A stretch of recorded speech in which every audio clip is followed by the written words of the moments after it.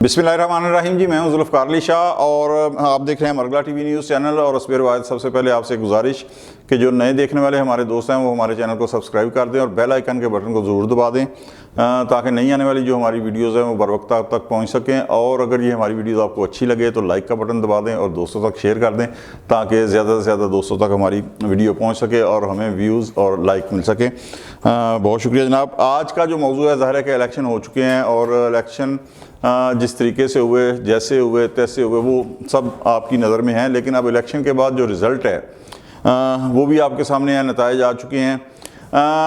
यहाँ पर जिस तरह हर जो मुबस्सर था, तज्ज़िया कार था, सियासी पंडित जो था, वो ये कह रहे थे कि जनाब पार्लियामेंट ना हंग आएगी। ठीक है, एक सूरत में बिल्कुल ये पार्लियामेंट हंग आई है, लेकिन एक चीज़ आपको बताऊं कि माजी के मुकाबले में फिर भी बहुत बेहतर है। बहुत बेहतर मैं इसलिए कह रहा हूं कि आप ये देखें कि तहरीक इंसाफ की जो गवर्नमेंट बनी थी 2018 से 2022 तक, उसके अंदर कोई मतलब 10 से ज़्यादा शायद पार्टियां थी जब मिलके तो फिर हुकूमत बनी थी। इतना मकसद मार्जिन था ही नहीं कि एक आध पार्टी के साथ मिलके हुकूमत बना सके। लेकिन ये जो इलेक्शन रिजल्ट आया, इसमें पॉजिटिव एक जो बड़ी कहते हैं ना, चलो जैसा भी है, अगर किसी को पसंद नहीं है तो, लेकिन इसमें पॉजिटिव बात यह है कि दो पार्टियां मिलकर हुकूमत बना सकती हैं। यानी अभी तक जो नताइज आए हैं उनके मुताबिक आप ये देख लें कि 74 से 75 के करीब नवाज लीग की सीटें हैं। उसके बाद अल्लाह का भला करे 55 के करीब पाकिस्तान पीपल्स पार्टी की जो नशिस्तें हैं, कौमी असम्बली की मैं बात कर रहा हूँ।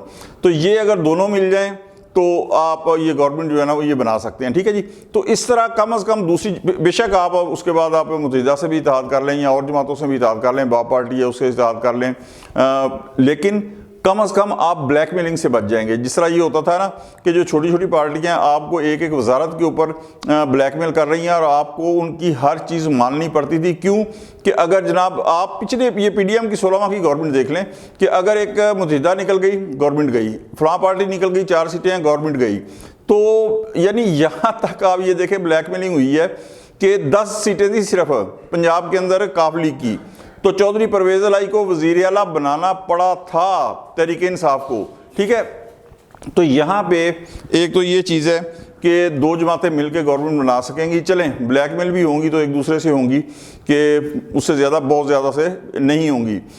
दूसरी एक जो चीज़ थी वो ये थी कि जिस तरह आज़ाद अरकान जो हैं वो 100 से ज़्यादा हैं, लेकिन इन 100 से ज़्यादा जो हैं इनमें से तकरीबन समझ लें कि दर्जन से ऊपर वो आज़ाद हैं जो वाकई आज़ाद हैं।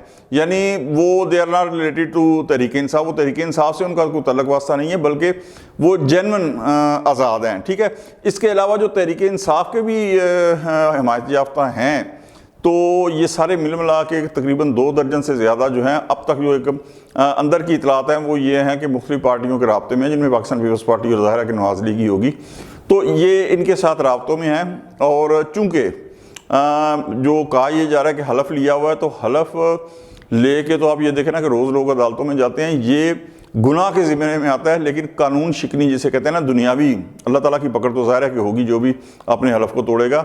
तो कानूनी रुकावट उनके ऊपर कोई नहीं है क्योंकि वो आज़ाद हैसियत में हुए हैं, तो जिसकी तरफ मर्जी चला जाए। हालांकि इखलाकी तौर पे उन्हें नहीं जाना चाहिए। ज़ाहिर है कि जिस जमात की हमायत से वो बने हैं तो उनको वोट उसी वजह से मिले हैं, साबित हो गया, तो उन्हें नहीं जाना चाहिए। लेकिन बहरहाल ये सियासत है। दूसरा ये है कि जुमे वाले दिन मियाँ साहब ने, बड़े मियाँ साहब ने मॉडल टाउन के अंदर एक विक्ट्री स्पीच की थी। हालांकि उन्हें करनी नहीं चाहिए थी इस वक्त, इसलिए कि वो ऊपर विक्ट्री स्पीच कर रहे थे, तो नीचे जो पट्टी चल रही थी उसके ऊपर लिखा हो जो मुख्तलिफ जमातों की नशिस्तें हैं वो आई हुई थी कि जनाब इंडिपेंडेंट जो हैं वो इतने हैं और नवाज लीग इतने और पाकिस्तान पीपल्स पार्टी और सो एंड सो दूसरी जमातें। तो उसी में पता चल रहा था कि मुस्लिम लीग नवाज जो है वो दूसरे नंबर पे है। तो बहरहाल उनको विक्ट्री स्पीच एज ए नहीं करनी चाहिए थी, लेकिन उन्होंने शहबाज शरीफ साहब के को टास्क दिया कि वो जरदारी साहब से जाके मुलाकात करें। तो उन्होंने उसी दिन, जुमे वाले दिन ही रात को जाके मुलाकात की जरदारी साहब से। उस मुलाकात में बिलावल भुट्टो जरदारी और फरियाल तालपुर साहब भी मौजूद थी।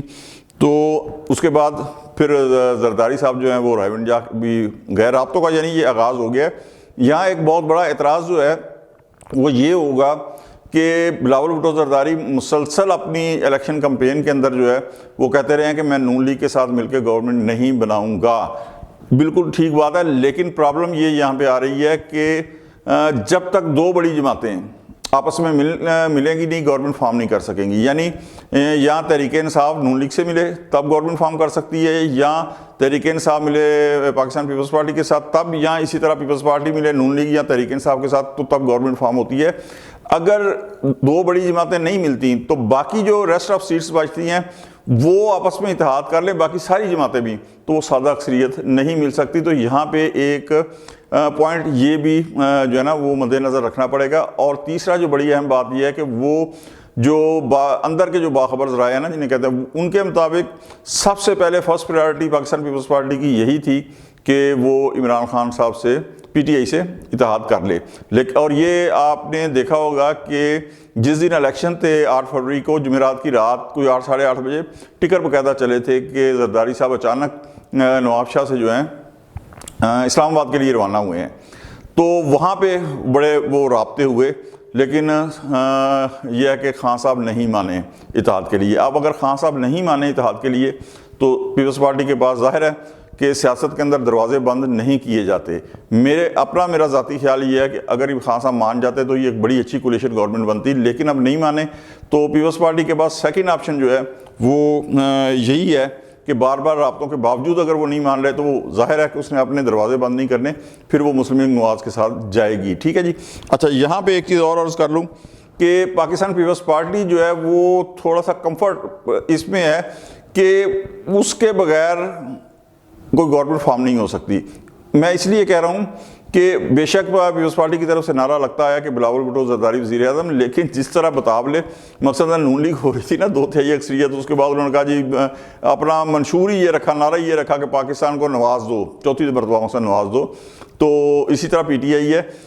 तो अगर ये गवर्नमेंट बनाएंगी तो पीपल्स पार्टी की ज़ाहिर है कि सपोर्ट के साथ बनाएंगी, उस वजह से नहीं, बल्कि कोई भी पार्टी किसी दूसरी बड़ी पार्टी की, जिस तरह मैंने कहा, सपोर्ट के बगैर गवर्नमेंट नहीं बना सकती।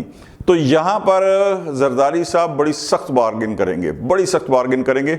और मैं ये नहीं कहता कि बिलावल भुट्टो जरदारी को नवाज लीग की तरफ से प्राइम मिनिस्टर बनने के लिए वो हमायत कर देंगे, लेकिन अगर नवाज लीग का, ज़ाहिर है अब ये बिल्कुल वाज़ेह हो रहा है कि अगर नवाज लीग की तरफ से वज़ीर आज़म बनता है और पाकिस्तान पीपल्स पार्टी उसे सपोर्ट करती है तो फिर एक पढ़ी लिखी बात है कि जरदारी साहब जो हैं वो सदारत के जो है ना वो कैंडिडेट रहेंगे। और यहाँ पे एक और चीज़, जिस तरह मैंने कहा ना कि बिलावल भुट्टो जरदारी ने कहा था कि नून लीग के साथ नहीं करते, तो ये होगी बेअसूली। लेकिन अगर इन दोनों पार्टियों का इत्तेहाद होता है तो माजी की निस्बत, जिस तरह मैंने कहा ना कि एक बड़ी मजबूत गवर्नमेंट इसलिए बन जाएगी कि वफाक के अंदर इनका इत्तेहाद बन गया। और उसके बाद आप ये देखें कि सिंध के अंदर भी पीपल्स पार्टी ऑलरेडी 2/3 अक्सरियत से 86 के मार्जिन से वो वहाँ से सीटें जीती है। और बलूचिस्तान के अंदर से भी अगर Noon League Pakistan peoples Party 11 highest सीटों के साथ पहले नंबर पे है, फिर नून लीग और फजलुर रहमान जमीयत उलमा इस्लाम ये मिल जाएं तो यही सादा अक्सरियत काफ़ी है वहाँ गवर्नमेंट बनाने के लिए। अदरवाइज़ माजी में ये होता रहा है कि पूरी की पूरी पार्टियां मिलके या बहुत ज़्यादा को 8-10 पार्टियां मिलके सादा अक्सरियत बनती थी। तो ये एक मस्बत पहलू है। स्वाए खैबर पख्तूनख्वा के बाकी तीनों सूबों में और मरकज़ में इनकी एक अच्छी गवर्नमेंट बनेगी। और मरकज़ के अंदर इन्हें अगर मुत्तहिदा की फजलुर रहमान साहब की और सपोर्ट मिल जाए तो ये 2/3 अक्सरियत तक पहुँच जाएंगी। और आइन के अंदर जो है अगर कोई अमेंडमेंट करना चाहेंगी तो वो भी ये जो है ना कर सकते हैं बिल्कुल। तो ये सारी चीज़ें, ये जिसे कहते हैं ना कि एक अच्छाई खैर का पहलू इन दोनों पार्टियों के इतिहास से ये भी निकल आएगा। आज तक ये नेक्स्ट कुछ दिनों के अंदर होने जा रहा है सियासत के अंदर, इस हवाले से आज का वीलॉग था। तो आज यहीं तक इंशाल्लाह मिलते हैं अगले वीलॉग में। उस वक्त तक के लिए जुल्फ़िकार अली शाह को इजाज़त दें। अल्लाह हाफिज़।